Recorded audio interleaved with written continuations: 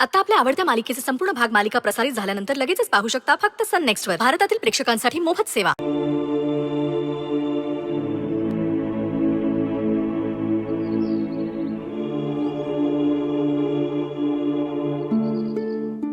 नियती पण असा खेळ खेळते ना की पार मुसक्या बांधून ठेवते.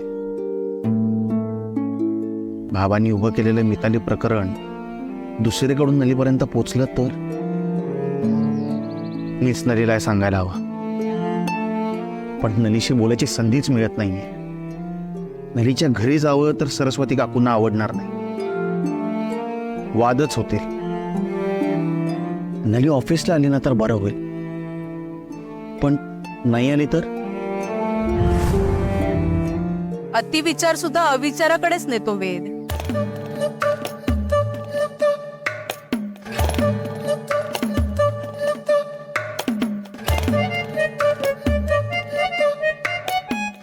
माझ्या गोळी हुशार बाळाला कोणाचीही दृष्ट न लागो, त्याच्यावर वारंवार येणारी संकट दूर होत आणि त्याच्या मनातली आवडती मुलगी त्याला जोडीदारीण म्हणून मिळव. संकट कशी दूर होतील आई?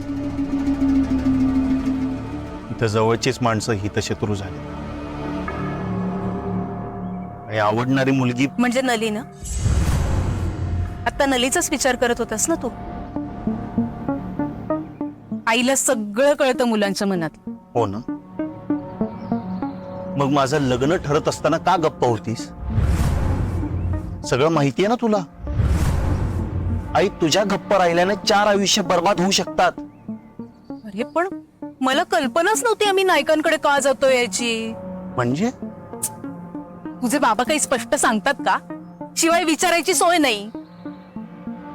तुझं मितालीशी लग्न लावायचं त्यांच्या मनात आहे हे जर मला माहिती असतं तर मी त्यांना नायकांकडे जाऊच दिलं नसतं.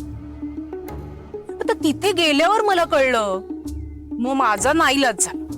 म्हणजे तुला माहिती नव्हतं. पोतांच्या घरात बायकांना काही किंमत आहे का?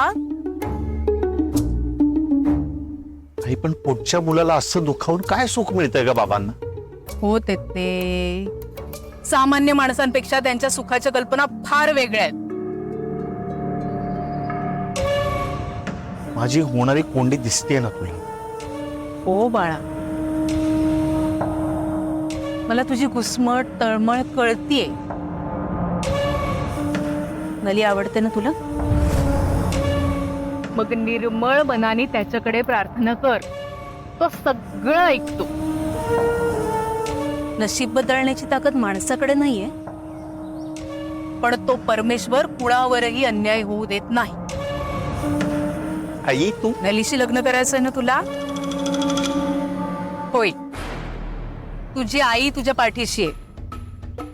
मी नलीला तुझ्यापासून दूर होऊ देणार नाही, हा तुझ्या आईचा शब्द आहे. तुझं गुणी बाळ.